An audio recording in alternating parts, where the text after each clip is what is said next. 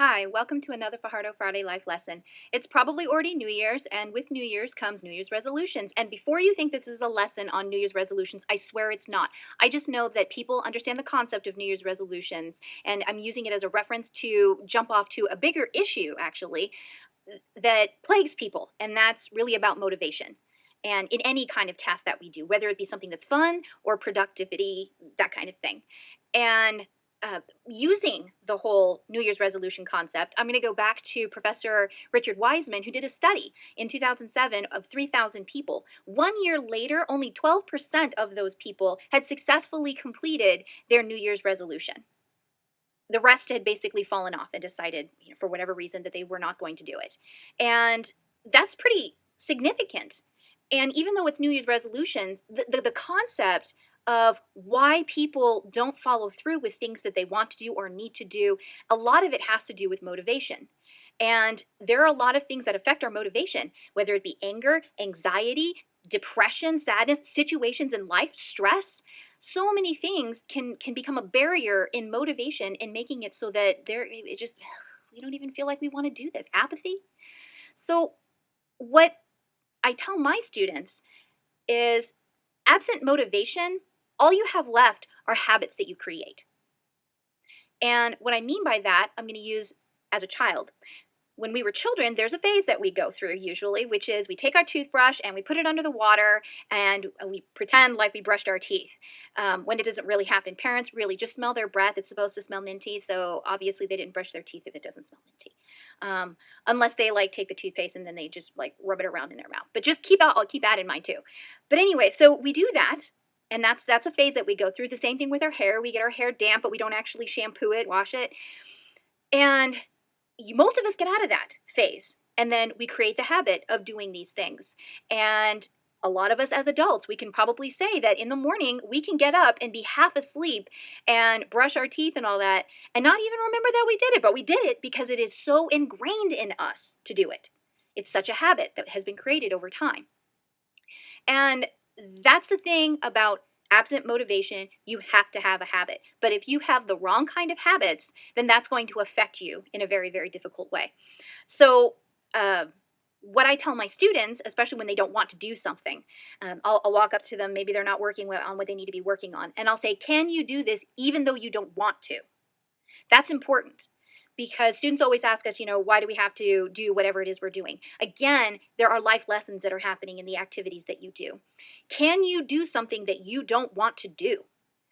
A lot of us are going to go through that whole thing in life. We're going to do things that we don't want to do, but we have to do them. It's a requirement. It's part of life. We have to do chores. We have to pay the bills. How do we motivate ourselves to do things like that? I don't know a lot of people who are so excited to fold laundry and dust and wash dishes and sweep and mop floors. There's not a whole lot of motivation there. So absent that motivation, all you have is the habit. And so one thing that I encourage everyone to do is, as early as you possibly can, learn how to do chores, learn how to do money management, learn all of these things and do some kind of routine activity with them so that you get the habit ingrained in you, just like brushing your teeth. And I've had students say, I'll figure it out later. When I get into college, I'll do this, and I'll be an adult then. And so I give them an example. It's a small example, but it's an example. In that, when I was younger, I never wore makeup. I didn't want to wear makeup. And I didn't wear makeup all the way through college. But in my head, I was sitting here thinking, well, when I become a teacher, I'll start to wear makeup.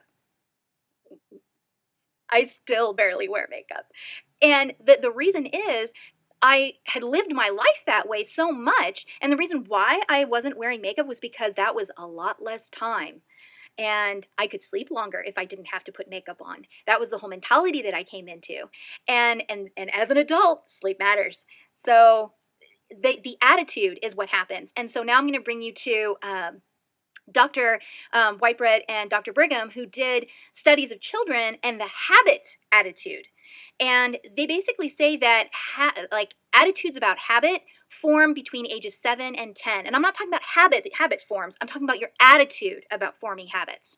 So when you have a student who says, I'll learn it later, and they put it off, procrastinate, whatever that may be. So if your attitude is to put things off, you're actually creating the habit of putting things off.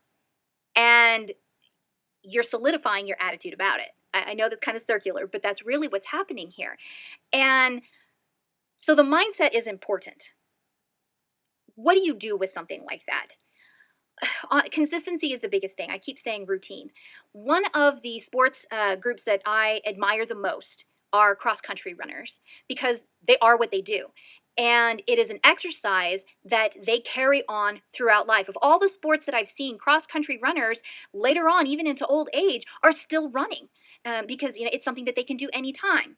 Whereas in other sports there are seasons. Okay, and but cross country runners, their habit was running, and so they continue to run even into old age. Let me take this into a different degree. Now, yeah, I did volleyball, and don't think that I'm hating on sports. I'm not.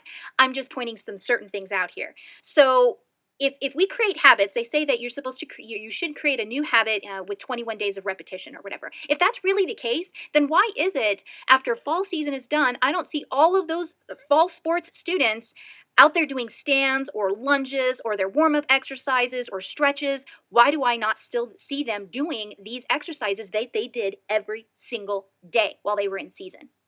And the reason why that happens is because of the mindset. The mindset there that they have learned in terms of habit is the habit is we do these exercises during the season, and I don't have to do them outside of that. The habit's during the season.